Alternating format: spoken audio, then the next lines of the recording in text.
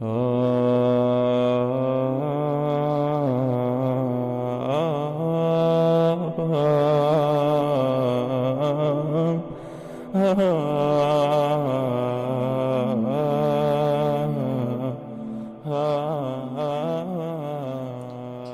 الله والصلاة والسلام على رسول الله. لا شرح كتابك لو طبعا لجردستي منها لا براحة فتاوتسوار قوشتين سنن في الصلاة أو سنتاني لنا ونجدا ذكريتن بلا سنن في الصلاة. للصلاة عدة سنن يحسن بالمصلي أن يحرص عليها،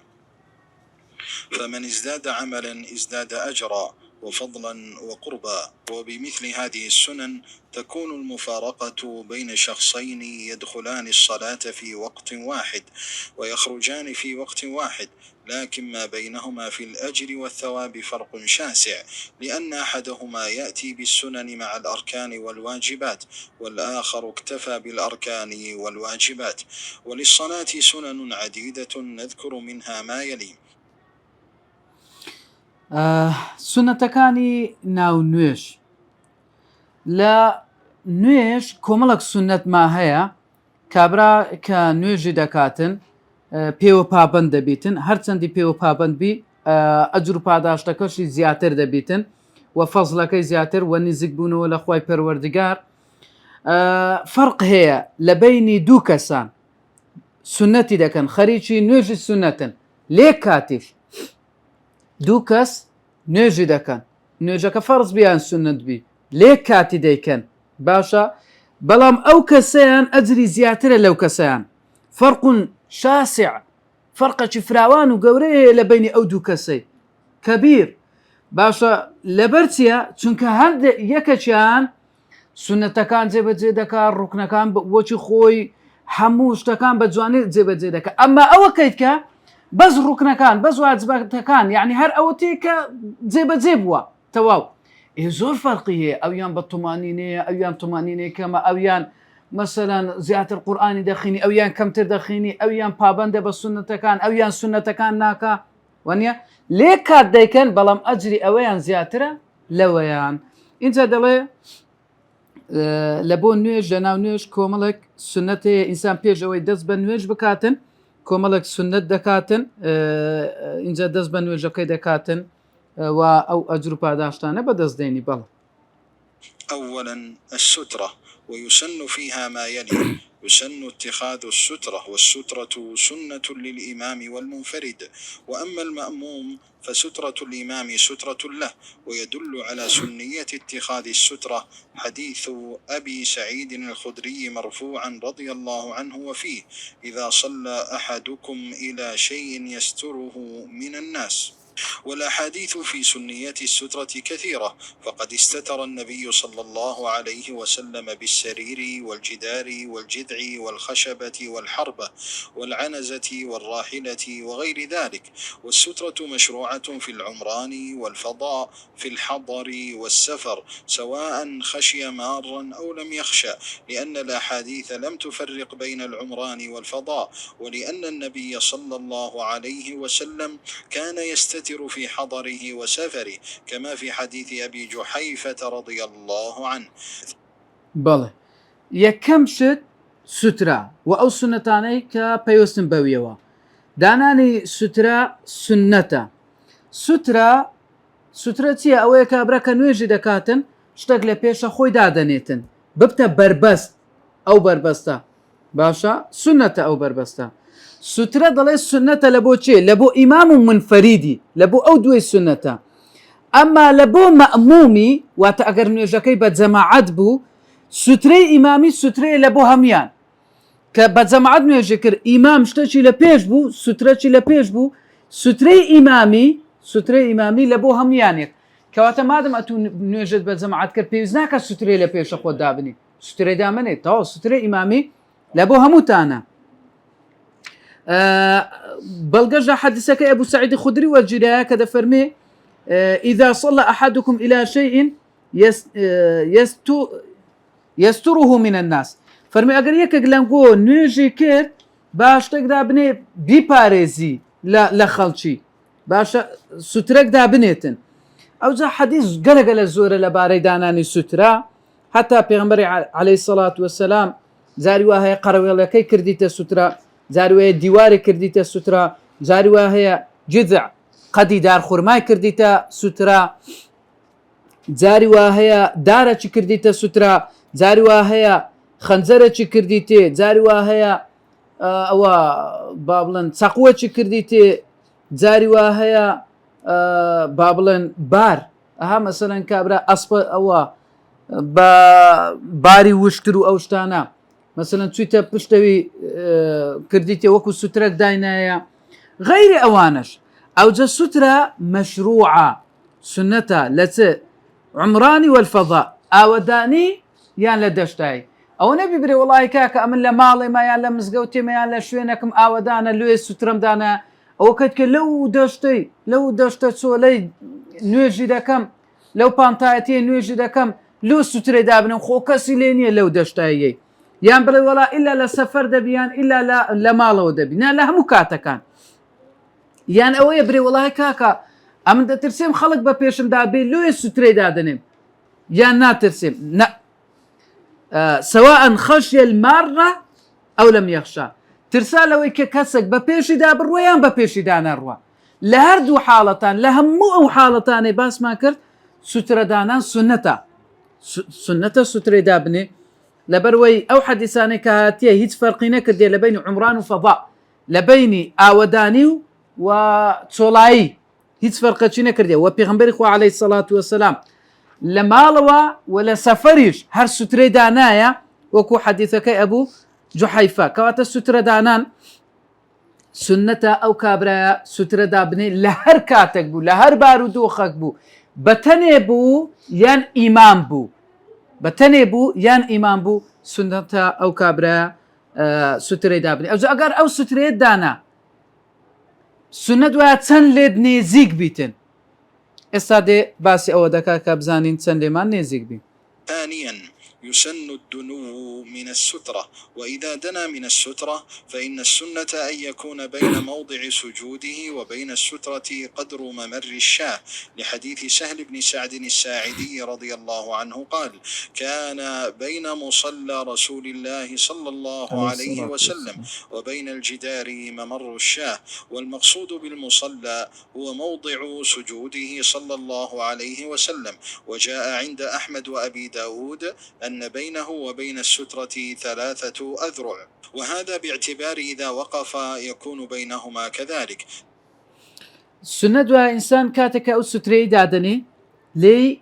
نێزیک ببیتەوە لە سنەت ئەوەی کە هاتیە کە لە شوێنی سوزدەت لەگەر سوترەکە کە دادەندرێتن پێدا ڕۆیشتنی مەڕێک یان بزنێک کە ئەتوو مەسەلەن ئەو شتت کردە سوترە کە دادنا ئەوەت کە کردە سوترە دادنا سنەت وایە شوێنی سوزدەت لەگەر ئەوی تقریبا مەڕێک بتوانی پێدا بڕواتن لەبەروەی لە حەدیثەکەی سەهلی کوڕی سعدی ساعیدی دەفەرمێ لە بینی شوێنی سوزدەی پێغەمبەر عەلەیهی سەڵات وەسەلام لەگەر دیوارەکەی بین الجیدار مەمەڕ ڕوشاتین پێدا ڕۆیشتنی ئەوە چی بوو پێدا ڕۆیشتنی مەڕەک یان بزنەچی بوو ئەوجا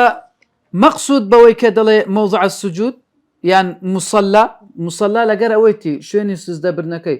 نەک شوێنی نوێشکردنەکەی چکاگە برێن شوێنی نوێشکردنەکەی وەنیە فەرقیە لەگەرەوەی شوێنی سوزدەی لە چێندە سوزدەی دادنین لە سوزدەکەی لە بۆ سوترەکەی بە شوێنی پێدا ڕۆیشتنی مەڕەچی هەبی لە حەدیثەکەی ئەحمەد و ئەبوو داودیش دەفەرمێ با 3 أذرع با 3 ذراع بیتن ذراع باڵەوە نیە 3 باڵ لە بینی وی و لە بینی سوترەکەی هەبیتن کەواتە یعنی بۆ ئاعتیبارەی نێزیکترین شت لە سوترەی ئەوەیە کە ئەتوو مەڕەک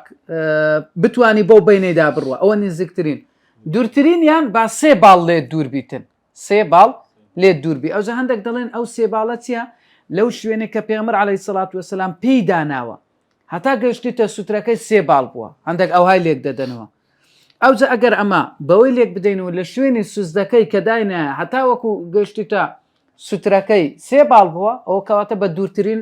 ئەوەی لێک دەدەینەوە تقریبان دەکا والله ئەعلەم دەکا مەترێک و 33 سانتیم ئەگەر سەهوم نەکردبی والله ئەعلەم کەواتە بە ئەوەندە هەتا ئەوەندە دووریش لێی دەبیتن کە ئەو سوترێدا بندرێتن ئەو سوترێش کە دادەندرێ با برند بیتن ئەگەر چی هەندێک لە زانان دەڵێن خەتیش دەبی خەت چکە حەدیسە کاتێ باسی ئەوەی دەکاتن بەڵام باشتر وە با برند بیتن هەتا بستێک برند بیتن چکە پێغەمبەر صلی الله علیه و سلم لە حەدیثت کە باسی دەکا بە پشتی وشتری دەشبهێنی با برند بیتن و پاشان با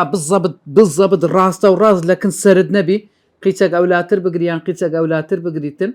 و بالضبط با سەرتی پێوە نەنووسێ تۆزەک لە پاشتر بی والله ئەعلەم بەڵێ. ثالثا يسن رد المار بين يدي المصلي لحديث أبي سعيد رضي الله عنه قال قال رسول الله صلى الله عليه وسلم إذا صلى أحدكم إلى شيء يستره من الناس فأراد أحد أن يجتاز بين يديه فليدفع في نحره فإن أبى فليقاتل فإنما هو شيطان. وحديث عبد الله بن عمر رضي الله عنهما أن رسول الله صلى الله عليه وسلم قال إذا كان أحدكم يصلي فلا يدع أحدا يمر بين يديه فإن أبى فليقاتل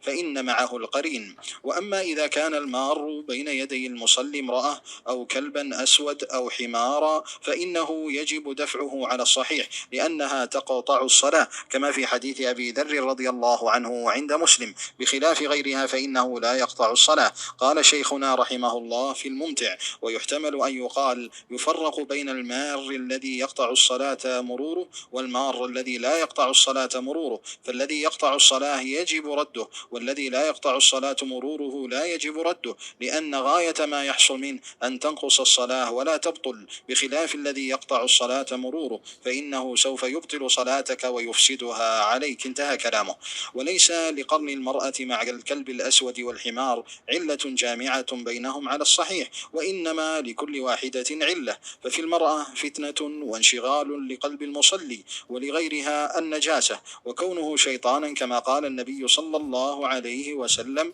الكلب الأسود شيطان. وقيل غير ذلك والله أعلم. ولله تعالى حكمة تخفى على العبيد وعلى العبيد الانقياد والتسليم. سێمینیان سنت وایە ئەو کەسێک کە مار ئەوەی دەیەوێ بڕوا بە پێشدا بە پێش ئەو کەسێک کە نوێژی دەکە بیگەڕێنتەوە. حەدیثەکەی ئەبوو سەعید دەڵێ پێغەمبەری خوا عەلەیهی سەڵات وەسەلام فەرمی هەر یەکێک لە ئێوە کاتێک کە نوێژ دەکاتن بە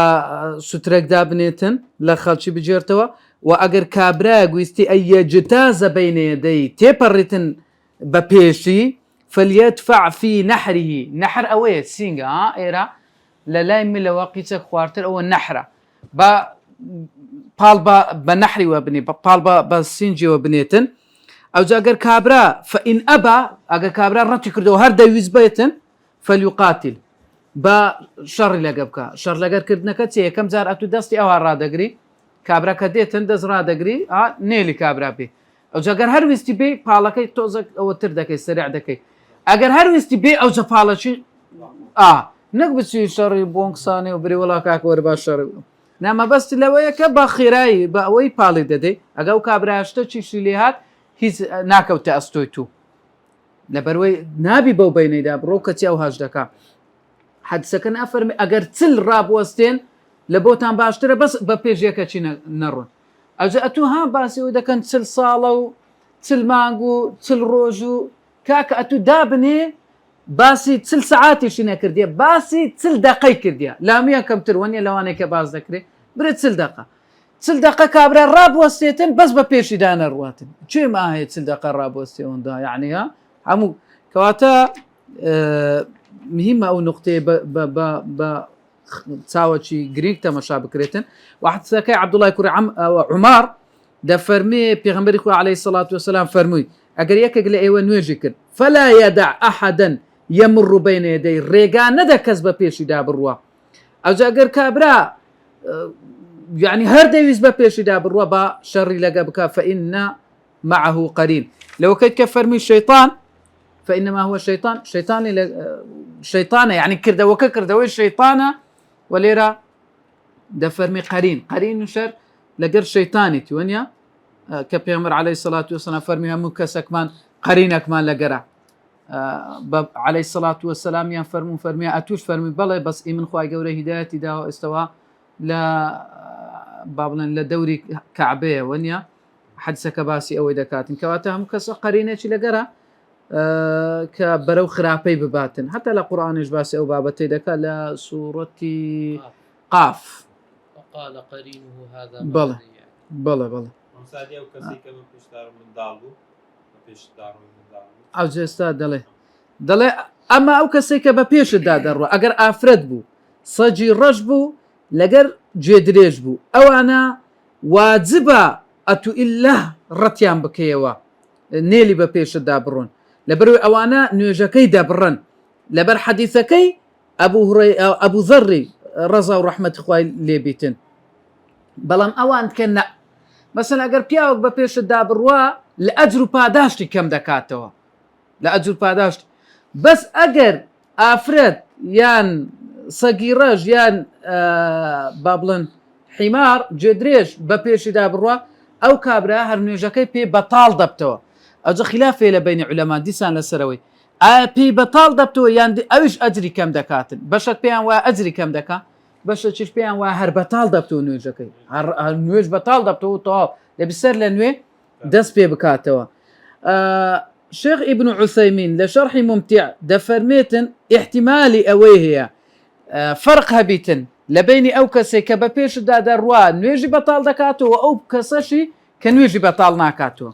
دفرمي او كسي كنويجي بطال دكاتو يجب رده واجب اتوني لي بابيش بكوي واو كسشي او كسانشي كبابيش دا دروا نويجي بطال ناكانو لا يجب رده واجبني رتيان بكوي يعني ئەوەی دەکەیەوە سنەت وایە نێلی بە پێشتدا بڕوە سنەت وایە نێلی بە پێشتدا بڕوە بەس ئەگەر کابرا بە پێشیشدا ڕۆی نوێژەکە بەتاڵ نابتەوە بەس دەڵێن لە ئەجر و پاداش ئەوەی دەبیتر لەبەروەی لأن الغاية ما يحصل منه أن تنقض الصلاة ولا تبطل پاداشتەکەی کەم دەکات لەوەی کە کابرا پیاوەک بە پێشتدا دەڕوە نەک نوێژەکەی بەتاڵ بکاتەوە بەخلافی ئەوانت کە چونکە ئەوان نوێژەکە تێک دەدا نوێژەکەی بەتاڵ دەکاتەوە باش ئەوە شێخ ابن عوسەیمین ئەوها دەڵێ وەلەیسە لە خوارێ دەڵێ وەلەیسە لقرن مەرئەتی مع كلب الأسود نزیک بوونەوەی ئەوەی ئافرەت لەگەر سەجی ڕەش و لەگەڵ گوێدرێژ کە ئەو هەر سێکیان لە حەدیثێک باس کرایتەوە مەبەست ئەوە نییە هەر هەمویان هەر سێکیان یەک ئەوەیان هەبیتن یەک هۆکاریان هەبی هەر سێکیان پێکەوە بەشدار بن لە عیلەت و هۆکارێک نە هەر کەسە و لەبەر هۆکارەکە ئێستا ئافرەت لەبەر فیتنە و مەشغوڵبوونی دڵە لێ پێغەمبەر عەلەیهی سەڵات وەسەلام فەرمیتی ئافرەت چونکە ئافرەت کە ئەتوو لە ناو نوێژەکە بە پێشتدا دەڕوا یعنی دڵت لەگەری مەشغوڵ دەبیتن ئینسان حەز و ئارەزووەکی دەڕواتن ها نەیفەرموو کابرای وا هەیە لە نوێژەکەی یەک لە دەی لۆ دەنووسرێ یوا هەیە یەک لە نۆی لۆ دەنووسرێتن ئەو حەدیسەکەی کە باسی ئەجر و پاداشتەکەی دەکاتن کەواتە ئەو کابرایە چەندی ئاگای لە ناو نوێژەکەی بی قورئانیش دەفەرمێت الذين هم في صلاتهم خاشعون ئەوانەی کە لە ناو نوێژەکەی خوشوعیان ئاگان لێیە کەواتە هەندێک لە زانایان بەشێک لە زانایان پێیان وایە ئەو کابرای خوشوعی نەبیتن لە ناو نوێژێ ئاگای لە نوێژەکەی نەبی ئەو کابرا هەن نوێژی دروست نییە بەشێک لە زانای ئەو ڕەئیان هەیە دەڵێن ئافرەت کە بە پێشیدا دەڕوا یعنی پیا و عادەتی وایە مەشغوڵ دەبی پێوە وەکو فیتنەکە یعنی لە بۆ پیاوان تاقیکردنەوەکە لە بۆ پیاوان کە بە پێشیدا دەڕوو ئەو حاڵەتەی لێ ڕوو دەدەلوێ وەدەکە کە نوێژەکەی پێ بەتاڵ ببیتەوە بەڵام ئەوە ئافرەت نەک برێ و ئافرەت خوانە خواستە پیسیانەوە بەڵام غەیری ئافرەت لە سەگ و لە ئەوەی گوێدرێژەکەی ئەوانە پیسن و هەروەها هەتا سەگەکە پێغەمبەر عەلەیهی سەڵات وەسەلام فەرمی سەجی ڕەش شەیطانون شەیطانە فەرمی غەیری ئەو قسانەش کرایە کە ئایا لەبەر چ ئافرەت ئەوە دەکرێ و ئایا هەتا باسەوەی کرایە ئەگەر کچەکە گچکە بوو ها کە مێشک مەشغوڵ ناکە دەفەرمون عولەما باسیەوەیان کردێ کچی گچکە ئەگەر بە پێشتدا هاتیش نوێژی بەتاڵ ناکاتەوە ئەگەر گچکە بوو بە پێشتدا هادا مەسەلەن 3 ساڵە و 4 ساڵە و 5 ساڵە و کە بە پێش داهات نوێژی بەتاڵ ناکاتەوە دەرەن لەبەرەوەی ئەو مەشغوڵیەتەی تێدا نییە باز ئەو بابەتەی دەکەن على ئەیەتی حالین لە کۆمەڵێک ڕووەوە جابی ئەو حەدیسە درادی یعنی ئەو حەدیسە شی کرایتەوە باشە ئللا دەبی بەبینی وی و ئەوەش دابێتن سوترەکەی ئەو شوێنەی دابێت چکە حەدیسەکەی پێشتر خوێندمانەوە خاتو عایشە فەرمووی ئەمن پاڵ کەوت بووم لە بینی پێغەمبەر عەلەیهی سەڵات وەسەلام لەگەر سوزدەی ئابەز لێن دەفەرمێ ئەمن وەکو لە ڕواتێک دەفەرمێ ئەمن وەکو جەنازەک پاڵ کەوت بوو یعنی هیچ حرەکە و جوولەی تێدا نما بوو باشە ئەوجا هەندێک حەدیث هەندێک زانان دەفەرمون ئەگەر ئەوە مثلەن لە ئافرەتە کەسێک پاڵی کەوت بوو کابرا لەولاتر قیچەک دوورتر لەوی نوێژی کرد ئەوش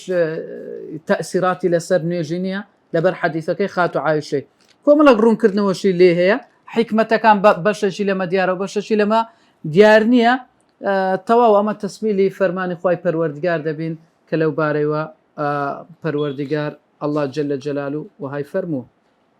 بلى ديت السنة رابعا يسن التسوك عند كل صلاة وهذا الموضع الثالث من المواضع التي يتأكد معها السواك ويدل عليه حديث أبي هريرة رضي الله عنه أن رسول الله صلى الله عليه وسلم قال لولا أن أشق على أمتي أو على الناس لأمرتهم بالسواك مع كل صلاة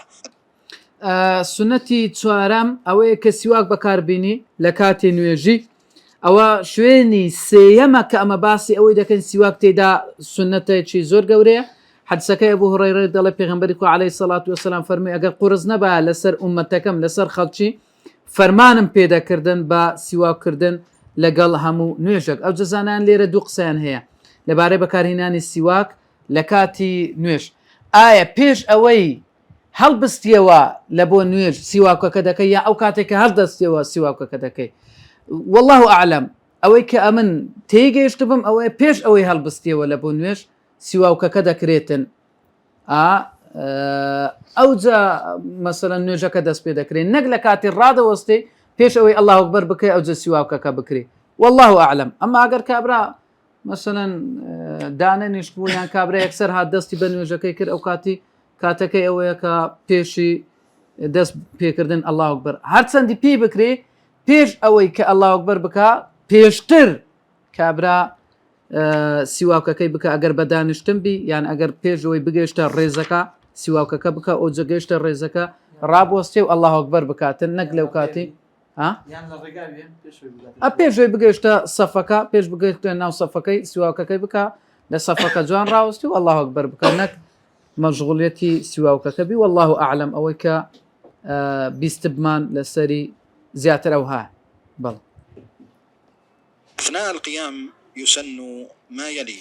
أولا رفع اليدين عند تكبيرة الإحرام لحديث ابن عمر رضي الله عنهما أن رسول الله صلى الله عليه وسلم كان يرفع حذو منكبيه إذا افتتح الصلاة وإذا كبر للركوع وإذا رفع رأسه من الركوع رفعهما أيضا وقال سمع الله لمن حمده ربنا ولك الحمد وكان لا يفعل ذلك في السجود قال ابن هبيرة رحمه الله وأجمعوا على أن رفع اليدين عند تكبيرة الإحرام سنة وليس بواجب انتهى وهذا هو الموضع الأول من المواضع التي ترفع فيها اليدان عند التكبير وهو محل اتفاق عند العلماء والبقية محل خلاف عندهم رحمهم الله ومواضع رفع اليدين التي وردت فيها النصوص 4 مواضع عند تكبيرة الإحرام وعند الركوع وعند الرفع منه وهذه الثلاثة ثابتة في الصحيحين عن ابن عمر رضي الله عنهما كما تقدم والموضع الرابع عند القيام من التشهد الأول وهذا ثابت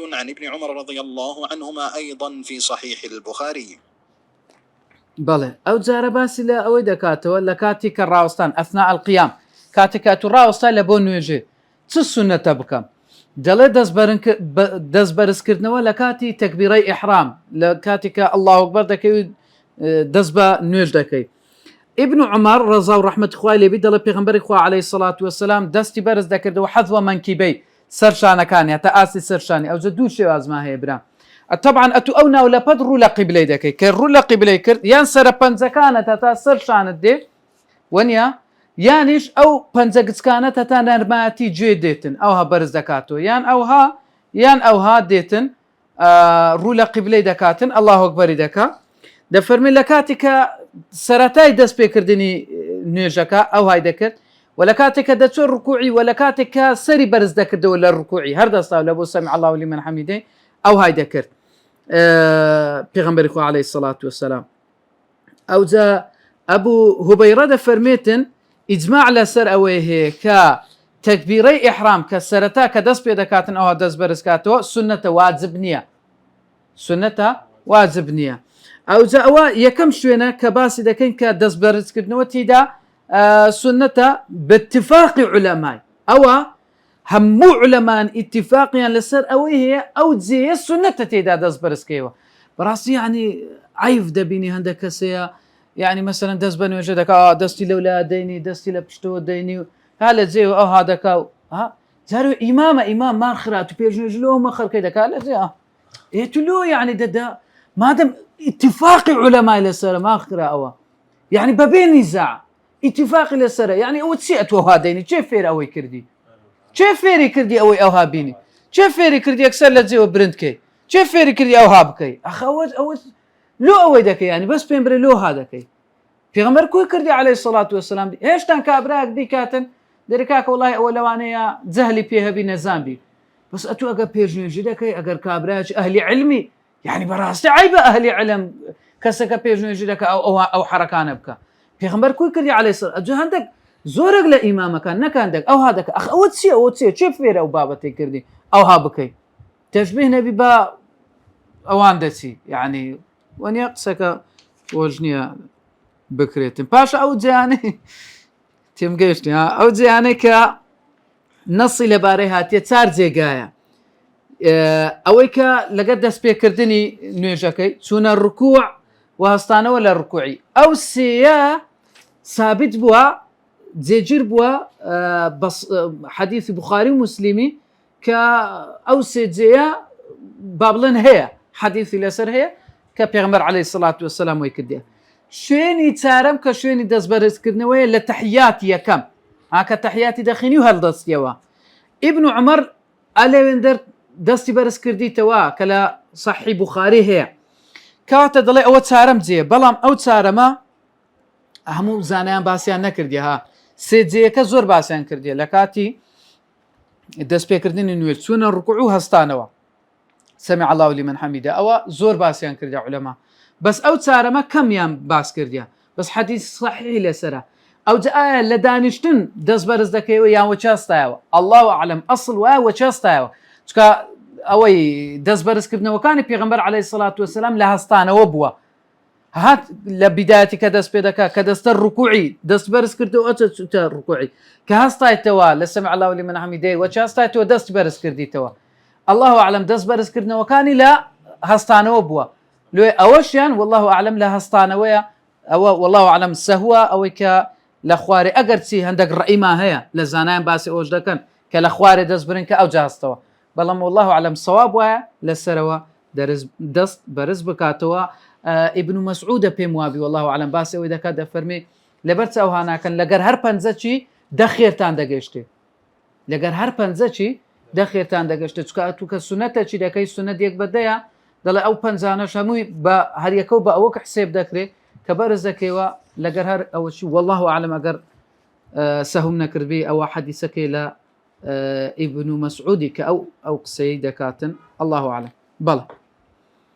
ثانيا يسن عند رفع اليدين أن تكون الأصابع ممدودة لحديث أبي هريرة رضي الله عنه قال أن النبي صلى الله عليه وسلم كان إذا قام إلى الصلاة رفع يديه مدا. ثالثا يسن أن يكون رفع اليدين إلى الموضع المسنون وجاءت النصوص بوجهين عن النبي صلى الله عليه وسلم في حد رفع اليدين فقد جاء حذو المنكبين في الصحيحين عن ابن عمر رضي الله عنهما وجاء حذو فروع الأذنين أي حذو وعوالي الأذن من حديث مالك بن الحويرث رضي الله عنه فينوع المصلي تارة يفعل هذه وتارة هذه. رابعا يسن للمصلي بعد تكبيرة الإحرام أن يضع يده اليمنى على اليسرى وهذا بإجماع أهل العلم كما نقله ابن هبيرة رحم الله الجميع وستأتي أدلته. بەڵێ دووەم سنەت ئەوەیە کە ئینسان کاتێک کە دەست بەرز دەکاتەوە أن تكون الأصابع ممدودة پەنجەکانی درێژ بکاتەوە یعنی ئەوها پەنجەکانی نێتەوە ناویەک وەنیە مەمدود بی ئەوها پەنجەکانی درێژ بکاتەوە باشە پێغەمبەری خوا عەلەیهی سەڵات وەسەلام کاتێککە حەدیسەکەی بۆ ڕێڕێ هینایە دەڵێ عەلەیهی سەڵات وەسەلام کاتێککە بیست بە دەست بە نوێژ بکە ڕەفع یەدەیهی مەدەن دەستی ئەوها درێژ دەکردەوە پەنجەکانی درێژ دەکردەوە و سونەتی سێیەم کە باسی دەکاتن کاتێککە لە کاتی دەست بەرزکردنەوە دەڵێ ئایا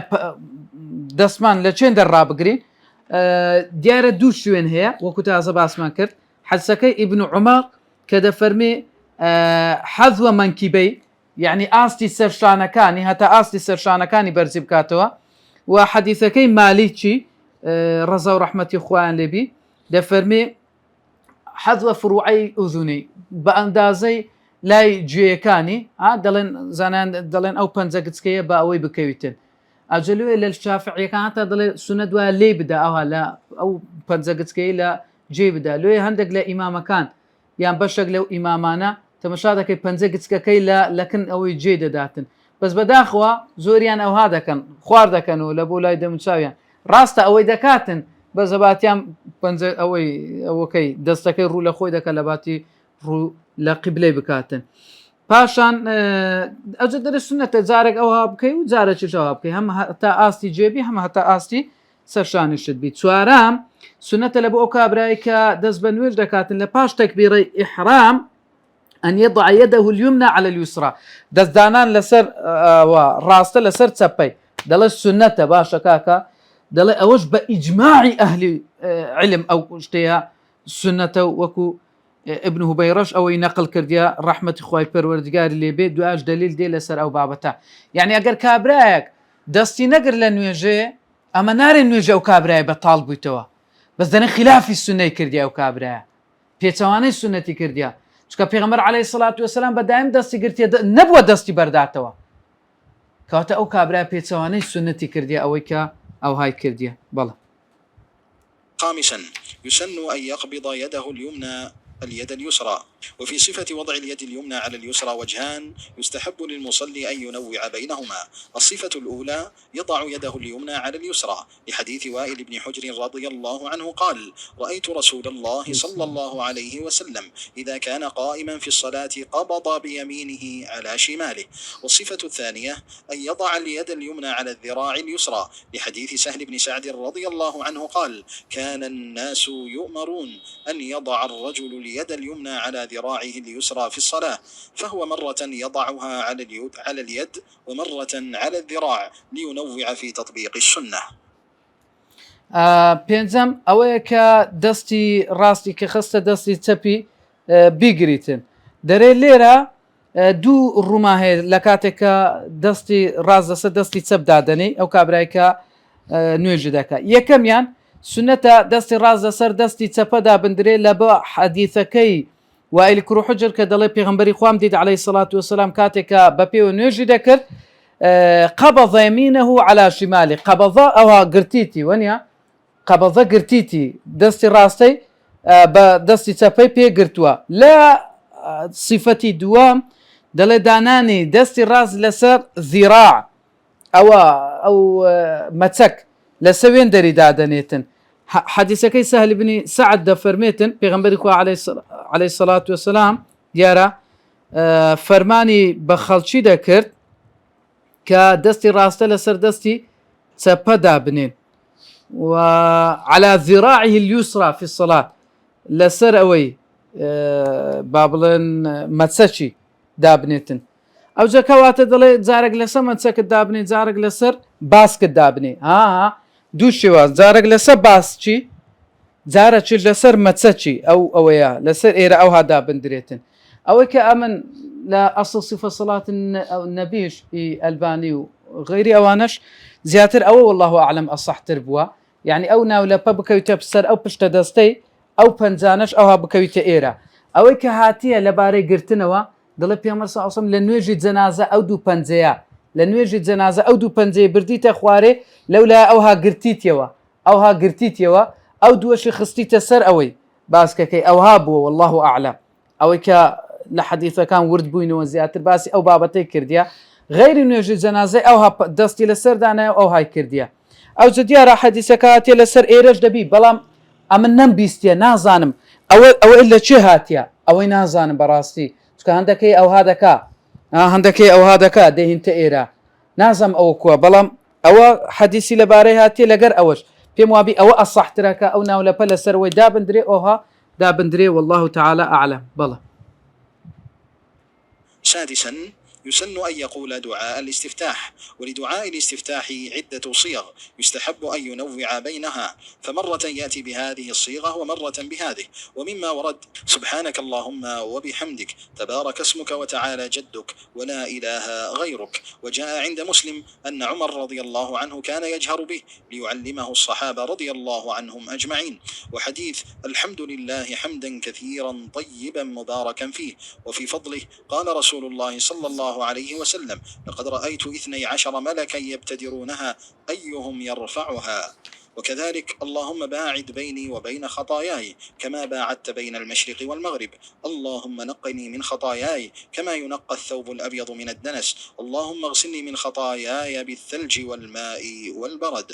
وكذلك الله أكبر كبيرا، والحمد لله كثيرا، وسبحان الله بكرة وأصيلا. وفي فضله قال رسول الله صلى الله عليه وسلم: عجبت لها فتحت لها أبواب السماء. وهناك أدعية أخرى تقدمت في سنن قيام الليل. دي أو زباسي دعاء استفتاح دكاتن ديارة بيشتريش كباسي أو مان كردية كسا كدز بنويجي دكاتن سنة هندك دعاء هي بكاتن بيش أوي دز بسورة فاتحة بكاتن بيش أوي أعوذ بالله بسم الله بكاتن سنة أوي بكاتن بزر ركعتي كمش كاتك دز بنويجي دكا سنة بيان فرض بكوملك أوي هنايتو سبحانك اللهم وبحمدك وتبارك اسمك وتعالى جدك ولا إله غيرك. ده فرمي ابن عمر عفوا ده فرمي إمام عمر أو دعاء ذكرت يجهر به بدنك بصوت ذكرت كواتا درستا والله أعلم درستا زار مثلا أو دعاء استفتاح بي أوان كبيتن بصوت بكر اللي هو يخلقك بزاني وكو تعليم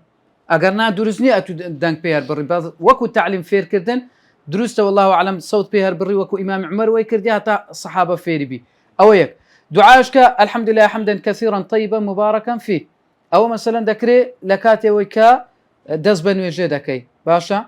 مري ما مستولى سمع الله لمن حمدنا أو لوين دير شاتيو ليرة شاتيكا دزبن وجدكي كبيغمر عليه الصلاة والسلام فرمي بيني دوازده ملائكة بلان ذكر كتشهانيان أو دعاء برز بكونوا هندا قورية دعاشك اللهم باعد بيني وبين خطاياي ونهاية أخيري دعاشك الله أكبر كبيرة والحمد لله كثيرة وسبحان الله بكرة وأصيلة كاللباري فضلك بيغمبر عليه الصلاة والسلام فرمي سرسان بوملي كدرقاكاني آسماني لبو أو جهندك دعايت كشي لقيام الليل باسمان كردية تقريبا بيموابي دقيش تحافت هاشت حتى نو دعاء استفتاح باز ذكري والله أعلم. بلى. سابعا الاستعاذة، والاستعاذة سنة، ويسن أن ينوع في صيغ الاستعاذة، فمرة يأتي بهذه ومرة بهذه. ومما ورد: أعوذ بالله من الشيطان الرجيم، وهذه الصفة التي اختارها جمهور العلماء رحمهم الله لقوله تعالى: فإذا قرأت القرآن فاستعذ بالله من الشيطان الرجيم. وقوله أعوذ بالله السميع العليم من الشيطان الرجيم لقوله تعالى: وإما ينزغنك من الشيطان نزغ فاستعذ بالله إنه هو السميع العليم. ثامنا البسملة، فمن السنة أن يبسمل بعد الاستعاذة فيقول: بسم الله الرحمن الرحيم، لحديث نعيم المجمر رضي الله عنه قال: صليت وراء أبي هريرة رضي الله عنه فقرأ بسم الله الرحمن الرحيم ثم قرأ بأم القرآن. وفيه: والذي نفسي بيده إني لأشبهكم صلاة برسول الله صلى الله عليه وسلم. والصارف عن وجوبها أن النبي صلى الله عليه وسلم لم يعلمها المسيء في صلاته، وإنما أرشده إلى فاتحة الكتاب كما في حديث أبي هريرة رضي الله عنه المتفق عليه. بلى. حفتم خال أعوذ بالله كردن لباجو كأتو دست بكر الله أكبر تكرد دعاء استفتاح خند أو أعوذ بالله دك أعوذ بالله بدو شيء وازن زانان زياتر باسيان كرديا يكم أعوذ بالله من الشيطان الرجيم كجمهور علماء لسرونا لبر آياتك كخوا جورد فرمي فإذا قرأت القرآن فاستعذ بالله من الشيطان الرجيم دوامشان أعوذ بالله السميع العليم من الشيطان الرجيم أو شان ديسان لبرهر أو آياتها بلام أوي كم أعوذ بالله من الشيطان الرجيم أو زيادة العلماء لسروي كوكنو جمهور علماء زيادة أوي دلن بلام إنسان دتواني هردوش بكات زارتشان أوي بكا زارتشان أوي بكاتن هشتم خال للسنة كان بسم الله كردنا بسم الله كردني سنة ولا باش أو أعوذ بالله تكر أو جبلي بسم الله الرحمن الرحيم لبر حديثك نعيمي دلا أمن لبشت أبو هريرة نجم كر رضا ورحمة خوالي بي فرمي أبو هريرة بسم الله الرحمن الرحيم خيند أو جدوا دستي بفاتحة كر ولا باش أم فرمي سوين بوكا سيجاني مني بدستان نيجي من زور لنوجي بيغمبر دتي عليه الصلاة والسلام يعني نوجاكم لو كردن وكو نوجي بيغمبر خوابي عليه الصلاة والسلام يعني استأوى دليل أويت ذاك بسم الله كردن واجبة باشا بلام دلي أويك لواجبيات لا دبات لبو سنتي أويك بيغمبر عليه الصلاة والسلام بوكا برايك مسيء الصلاة مسيء في صلاتي أو حديث زور قرينجا مسيء في صلاة ها أو كابرايك غلطك كيكر لنا نجهات كم بيغمبر عليه الصلاة والسلام فرمي ارجع فصلي فإنك لم تصلي فرمي بقرر ونجب كتكاتو نوجدنا كرديا كابرا نوجه كردو هاتو ديسان في فرمو نوجه كردو هاتو ديسان في فرمو والله بيغمبر خوا لو زياتر نازانم فيرم بك اجو بيغمبر عليه الصلاه والسلام هستا فيري كرونيا فرمي او هابك او حديث زور قنيقا علماء زور احكام يعني لو حديثي حتى زاناي واهي كتابه خاص كردي بو حديثي خاص بس او حديثي شرح دكاتنك تنقرينقا دلا بيغمبر عليه الصلاه والسلام فير فاتحي كرديا كواتا والله أعلم دلي بسم الله كردناكا سنة بكريتن أو جا دزبة فاتحي بكريتن بلام لا مذهب الشافعي دلي وبسم الله الرحمن الرحيم آية منها آياتك لفاتحي ونيا دلي آياتك لكواتا قرأ كابرا نيكر كواتا قولي علماء زوربي أو هانا لاي أحناف دلي أقر بسم الله شينكر نيجاكي درست طوا لاي مالك كان اوانش لقرونك اگر بسم الله بصوت نكريتن تواو لاي شافعيه كان دلن دبي بصوت بكريتن ونيا دبي بصوت بكريتن زانا نجبوين دور راي بسم الله بكري يا نكري عندك دلن اگر نشكري هر درستا حديث عندك چش دارين نابي ببي بسم الله الا دبي بسم الله تداها بيتن الله اعلم اوش اصح ترى امن بيم واي اصح ترى ببي او حديثانا او كتابانا اوانيك لخزمتي بوينا بسم الله هر بكري بلام آية بالصوت بكريان بصوت او اشتشكي موضوع اشكي ناتي نسري بلا او جاديت سر بابتي آمن كردن. تاسعا التأمين مع الإمام وذلك إذا قرأ الإمام الفاتحة في الجهرية فإن من السنة أن يؤمن المأموم إذا أمن الإمام لحديث أبي هريرة رضي الله عنه أن النبي صلى الله عليه وسلم قال إذا أمن الإمام فأمنوا فإنه من وافق تأمينه تأمين الملائكة غفر له ما تقدم من ذنبه والتأمين أن يقول آمين ومعناها استجب. عاشرا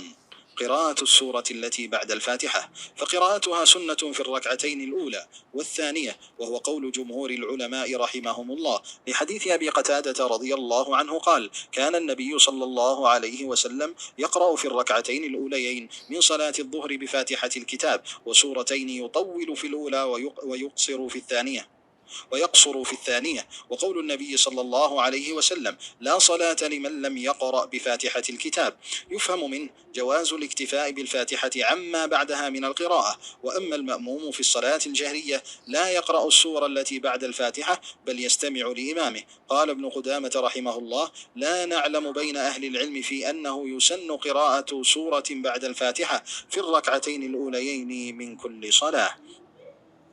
بلى نويم آمين كردنا لقل إمام مع الإمام لقل إمام پیغمبر عليه الصلاة والسلام لا حديثك فرمي اگر إمام آميني كر فأمنو انقوش آمين بكان چوك هر كسك آمينكي موافقي آميني ملائكتي بي أو خواي پروردگار لتاوانكاني خوش دبيتن كواتا إمام اگر بصوت خيندي سنة دواتو لقر إمامكي آمين بكي بس ليرش قسكيا دفرمي إذا أمن الإمام فأمنوا يعني هەندێک پیاوە لە پاش ئیمامەکەی ئامین دەکرێتن هەندێکی جوایە لەگەڵ ئیمامەکەی دەڵێن بە ئامین بکرێت بەس ئامینەکە دەڵێ ئەگەر ئامینەکەت موافقی ئامینی مەلایکەت بوو ئەو جەخوای پەروەردگار ئەو نیعمەتت پێ دەبەخشی کە لێخۆشبوونە لە تاوانەکان ئامینکردنیش معنای ئستەجیب یعنی خوا لێما قبول بکە ئەو دوعایە ئاخر لە سونەتەکان کە باسی ئەوەی دەکاتن دێم باسی ئەوە سوورەتێک لە پاش فاتحەی خوێندنی سوورەتێک لە پاش فاتحەی لە ڕکعەتی یەکەم و دووەم لەسەر قەولی جمهوری عولەما سونەتە لە ڕکعەتی یەکەم و دووەم لە پاش فاتحەی حەدیسەکەی ئەبوو قەتادە دەفەرمێ پێغەمبەری خوا عەلەیهی سەڵات وەسەلام لە ڕکعەتی لە دوو ڕکعاتەکەی یەکەمی نوێژی نیوەڕۆی دەستی بە سوورەتی فاتحە و دوو سوورەتی درێژ دەکرد و لە باشە لە ڕکعاتی یەکەم بسوورەتین يطول في الأولى ويقصر في الثانية لە ڕکعاتی یەکەم زۆر درێژی دەکردەوە لە ڕکعاتی دووەم کەمتر کەواتە ڕکعاتەکانی ئەوها بووە یەکەمی زۆر درێژ بووە ئی دووەمی کەمتر لەو ئی سێمی کەمتر لەو ئی چوارەمی کەمتر لە هەمویان و پێغەمبەری خوا عەلەیهی سەڵات وەسەلام فەرمی نوێژ دروست نییە لە بۆ کەسێک کە فاتحەی تێدا نەخوێنی ئەوەش وەها لێی تێدەگەین کە دروستە ئەتوو بەس سوورەتی فاتحە بخوێنی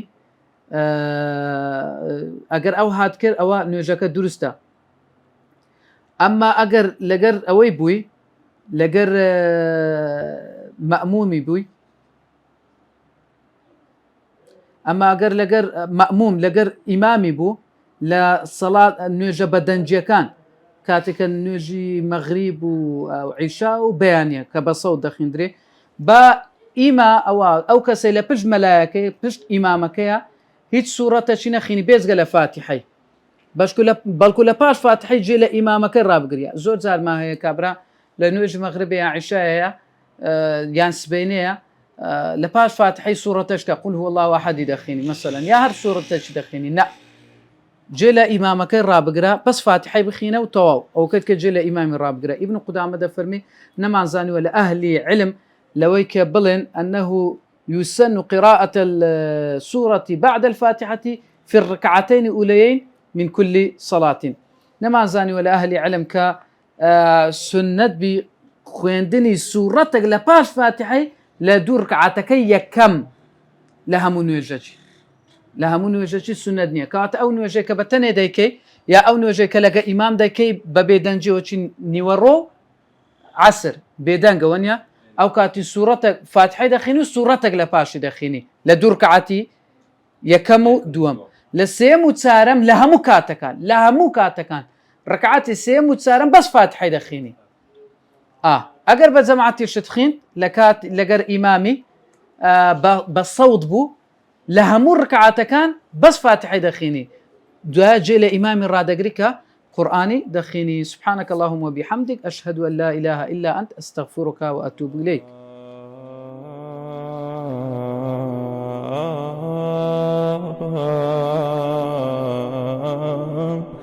ah